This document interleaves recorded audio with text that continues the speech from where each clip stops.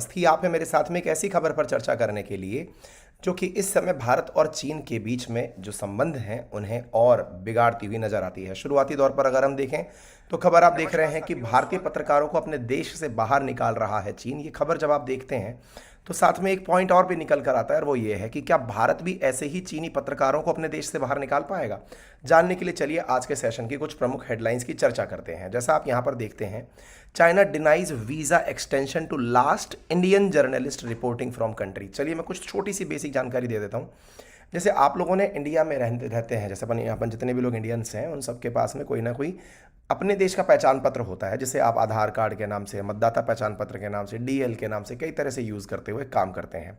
लेकिन जब कोई व्यक्ति इंडिया से बाहर किसी दूसरे देश में जाता है तो उसे जाते समय वहाँ पर यह पहचान दिलाने के लिए कि ये फला देश का है, दुनिया के 191 देशों में से वो किस देश का है, इस चीज़ के लिए उस व्यक्ति के पास पासपोर्ट दिया जाता है। तो पासपोर्ट क्या है? जिस प्रकार से आधार कार्ड इंडिया के अंदर इंडियंस की पहचान बन गया है, ऐसे दुनिया भर के अंदर किसी देश के व्यक्ति की पहचान पासपोर्ट है। तो पासपोर्ट तो हुआ एक पहचान पत्र। अब पहचान पत्र होने भर से क्या आपको दूसरे देश में जाने की इजाज़त मिल जाएगी? बिल्कुल वैसे ही कि आपके पास आधार कार्ड है तो क्या इस बात से ये मान लिया जाए कि आपको बैंक अकाउंट खोलने की परमिशन दे दी जाए? तो इसके साथ साथ कुछ और चीज़ें भी रिक्वायर्ड होंगी, चाहे मोबाइल नंबर वगैरह, जैसे आप एग्जाम्पल के तौर पर समझ रहे हैं। ऐसे ही किसी दूसरे देश में जाने के लिए आपके पास सबसे पहली बेसिक जानकारी क्या चाहिए कि आपके पास पासपोर्ट हो। पासपोर्ट के बाद में दूसरा देश आपको अपने यहाँ आने की इजाज़त देता है, जिसे आप वीज़ा कहते हैं। वीज़ा क्या है? तो आप पासपोर्ट धारी हैं तो आपको अपने देश में आने की इजाज़त मिले। मान लीजिए कोई इंडिया में कोई भी देश का व्यक्ति आएगा तो पहले इंडियन गवर्नमेंट उसे इजाज़त देगी, उस इजाज़त को आप वीज़ा कहते हैं। ठीक है, अलग अलग प्रकार से इजाज़त दी जाती है। कोई वर्किंग वीज़ा लेके आता है, कोई टूरिज्म का वीज़ा लेकर के आता है, कोई किसी प्रकार का तरह तरह के वीज़ा लेकर के आते हैं। ठीक है, अच्छा अब इसको यहाँ से समझने का प्रयास करते हैं। चाइना डिनाइज वीज़ा एक्सटेंशन, इसका मतलब क्या हुआ? चीन ने मना किया है वीज़ा का समय बढ़ाने के लिए। वीज़ा का समय मतलब जो भारतीय पत्रकार चाइना के अंदर ऑलरेडी काम कर रहे हैं उनको और दिन नहीं रुकने दिया जाएगा। सीधा सा अर्थ ये है भाई। वीज़ा एक्सटेंशन क्या होता है? समटाइम्स जैसे आप किसी दूसरे देश में गए, आप 6 महीने के वर्किंग वीज़ा पर गए, आपने उस देश से रिक्वेस्ट की कि सर मुझे थोड़े दिन और काम करने का मौका दें। जनरली ऐसा हो जाता है कुछ फील्ड्स में। तो जब हो जाता है तो आपने उनको परमिशन के लिए और कहा कि सर थोड़ा सा समय और रुकने की इजाज़त दें। अब किसी सामने वाले ने मना कर दिया, दैट मीन्स अगर आप उसके बाद भी रुके रह गए तो वहाँ पर आप अवैध प्रवासी कहलाएंगे और आपको वहाँ डिटेन भी किया जा सकता है। इसका मतलब वीज़ा टाइमिंग के दौरान आपको लौटना होता है। ठीक है, तो देखिए, Beijing ask last Indian journalist in China to leave. ये खबर बनकर आती है कि आखिरी जो पत्रकार भारतीय है वहाँ पर उसे भी कहा गया है कि आप चले जाइए यहाँ से। अब आपके दिमाग में क्यूरोसिटी तो बन गई होगी, यार कौन सी कंपनी का काम करता था, कौन सा पत्रकार था, क्या था। सारी जानकारी आज के सेशन में आप जानेंगे। एक प्रश्न और दिमाग में आएगा कि यार कितने भारतीय वहाँ पे ऑलरेडी काम करते हैं, ये भी एक बड़ा प्रश्न होगा जो आपके दिमाग में आएगा।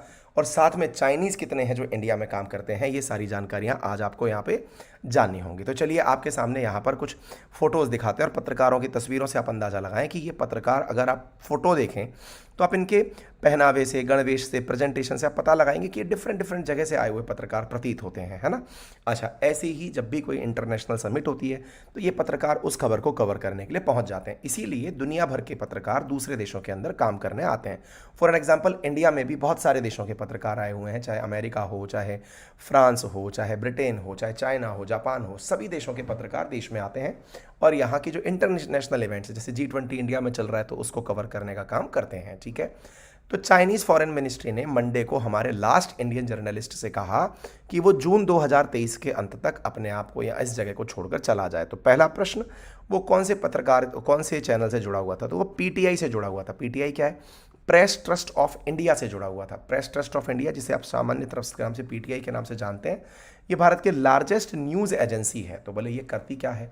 देखिए, असल में ये क्या होता है कि ये non profit cooperative among more than 500 Indian newspapers. इसका मतलब क्या हुआ कि ये अपने द्वारा जो न्यूज़ कलेक्ट करते हैं ना, वो देश भर के अंदर, कई बार आपने देखा होगा ना, सूत्रों के हवाले की जगह लिखा था पीटीआई के हवाले से। अखबारों में आप लिखा हुआ देखते होंगे कई बार इस तरह की सुर्खियाँ। इसका मतलब होता है जैसे देश के अंदर एक एजेंसी है समाचार इकट्ठा करने की, जिसका नाम है ANI, एक का नाम है PTI। ये वो एजेंसीज़ हैं जो एक बार में अपना जर्नलिस्ट भेजकर, अब जैसे मान लो इंडिया के बाहर कहीं कोई घटना हो रही है ना,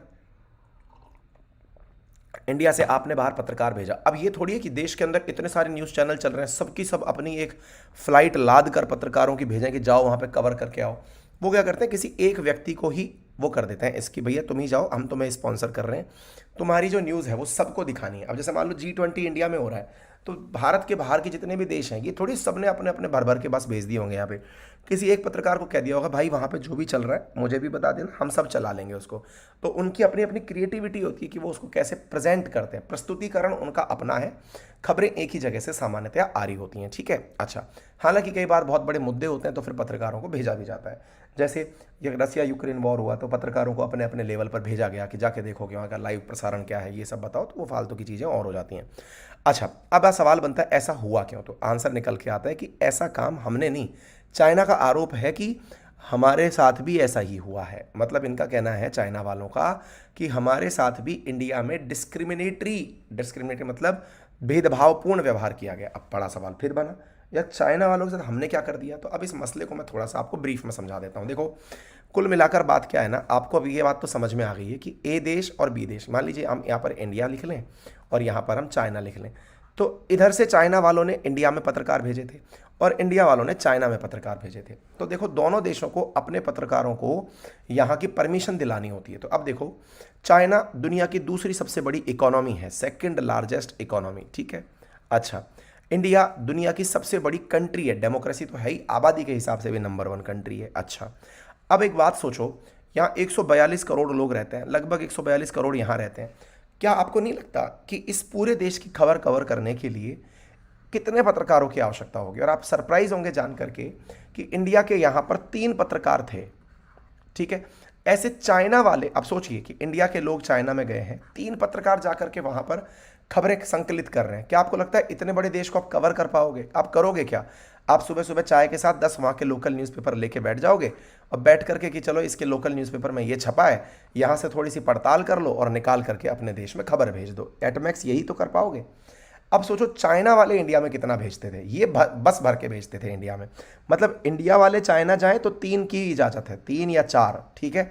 और चाइना के लोग इंडिया आएँ तो इनको 50 से अधिक पत्रकार भेजने हैं, प्लस 50 से अधिक पत्रकारों को यहाँ पर अपने एसोसिएटेड जर्नलिस्ट रखने की इजाज़त और है। अब एसोसिएटेड का मतलब क्या होता है? कई बार आपने देखा होगा, कई पत्रकार जब खबर कवर कर रहे होते हैं तो वो किसी और से भी बात करते हैं, जिसका मतलब है संवाददाता, जैसे आप कहते हैं कि भाई फलाना सिंह की रिपोर्टिंग चल रही है, उसको फलाना सिंह रिपोर्ट कर रहा है। वो कहता है ना सनसनीखेज संवाददाता, है ना, जोर स्कोर से देखिए इस आदमी को। तो वो जितने भी पत्रकार हैं जो इधर उधर से बैठ कर बातें कर रहे होते हैं, मैं लाइव प्रसारण दे रहा हूँ, मैं यहाँ खड़ा हुआ हूँ, मैंने अभी अभी ये देखा, वो जो है वो और एसोसिएटेड पत्रकार हैं। अब जैसे मान लो आप बीबीसी को देख लो, अब बीबीसी इंडिया में काम कर रही है, ठीक है। बीबीसी के पत्रकार यहाँ पे 100-150 मान लो आए हुए हैं, मूल पत्रकार। अब उन्होंने इंडिया के अंदर बहुत सारे और छोटे छोटे पत्रकारों को हायर कर लिया लोकल लेवल पर। कई यात्रा कर रहे हैं, राजस्थान आए मान ली कोई खबर करने के लिए, और वहाँ पर कोई लोकल पत्रकार मिल गया जिसकी खबर काम की है, उसकी खबर को ले लिया उन्होंने और प्रसारित कर दिया। चीन इस चीज़ को अलाउ नहीं करता है। वो कहता है 3 तुम लोग आए हो, यही जाकर के पूरा पहाड़ फोड़ो, हमें किसी और से कोई लेना देना नहीं है। मतलब समझ रहे हो? आप 3 लोग आए हो, पूरा देश घूमो, जो निकालना है निकालो, अपने अंडर में एसोसिएटेड पत्रकार नहीं रखोगे। अब आप सोच के देखो कि तुम तो बेटा अपने लेवल पर 50 का तो बस भर के भेजो, और तुमको इंडिया में जो भी पत्रकार मिले उससे तुम न्यूज़ ले लो, यानी तुम तो इंडिया की सारी सुर्खियां लेकर चले जाओ, और हम तुम्हारे देश में पहुंचे तो हमारे 3 ही पत्रकार जाएंगे, तीनों भी आगे चल के कोई और पत्रकार रख नहीं पाएंगे, तो करेंगे क्या वहाँ जा करके। इंडिया ने इस बार क्या किया, जब से वो गलवान वैली इंसिडेंट हुआ ना, उसके बाद से टिट फॉर टैट कर दिया। टिट फॉर टैट का मतलब क्या हुआ कि बेटा तुम 3 भेजोगे तो हम भी 3 को ही परमिशन देंगे, तुम अगर 3 के साथ में अगर हमारे साथ और 3 नहीं जोड़ने दोगे तो हम भी तुम्हारों को नहीं जोड़ने देंगे। जब इनके साथ ये होने लगा तो भाई साहब इनको मिर्ची लगी और क्या बोलने लगे कि भाई साहब ये हमारे साथ में डिस्क्रिमिनेटरी ट्रीटमेंट करते हैं, विभेद करते हैं। डिस्क्रिमिनेशन किस आधार पर लगा? इनको लगा कि बीबीसी वालों को तो इजाज़त दे देते हैं ये लोग, सीएनबीसी वालों को तो इजाज़त दे देते हैं, न्यूयॉर्क टाइम्स आ जाए, कोई भी आ जाए, उनको तो इजाज़त दे देते हैं, हमारे न्यूज़ चैनल्स को इजाज़त नहीं देते। अबे तो मूर्खों, तुमने भी तो अपने क्षेत्र में हमारे को जितने देशों को इजाज़त दे रखी है, तुम अपने हिसाब से देख लो। तुम्हारे देश में बीबीसी नहीं चलता, तुम्हारे देश के अंदर कोई और कंट्री का अखबार नहीं चलता, तो तुमने जैसा किया वैसा मिल रहा है। इसे डिस्क्रिमिनेटरी नहीं कहते बेटा, इसको टिट फॉर टैट कहते हैं। हालांकि तुम्हें ये गलत लग रहा है। समझ में आ गई बात? तो ये हमें ज्ञान सिखा रहे हैं कि आप लोग हमारे साथ डिस्क्रिमिनेशन कर रहे हो।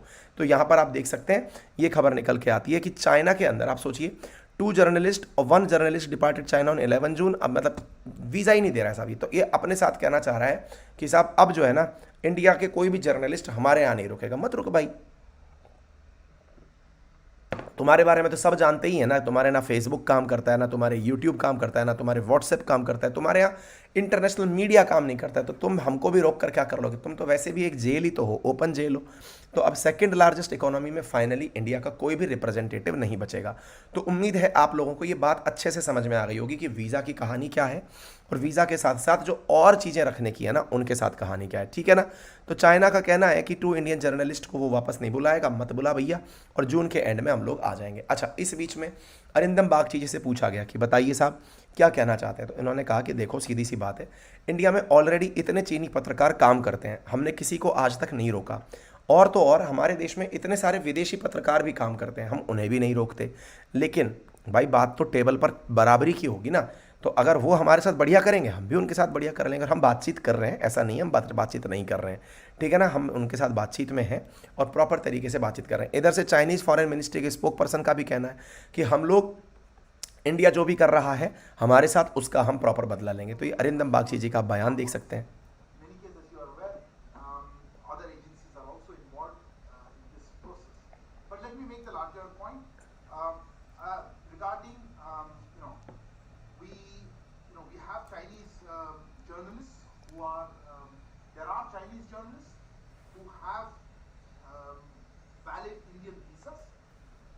मतलब कुल मिलाकर बात ये है जी, अपन ने जो आपको बता दिया वो पूरी बात समझ में आ गई। उम्मीद है आपको हायरिंग एंड फायरिंग का काम भी समझ में आ गया। गलवान के बाद में ये हुआ है और इंडिया ने तब से ही, क्योंकि यहाँ पर ये लोग क्या करते हैं ना जी, मैं आपको बताता हूँ, पत्रकार यहाँ आते हैं, आकर के इनका सबसे बड़ा उद्देश्य क्या होता है कि यहाँ के लोकल पत्रकारों के नाम पर कुछ लोगों को झांप लेना और चीनी प्रोपोगेंडा प्रसारित करना। जैसे आप देखते होंगे भारत के अंदर जो साम्यवाद है, असल में वो साम्यवाद, कम्युनिस्ट साम्यवाद शुरुआत कहाँ से हुई थी?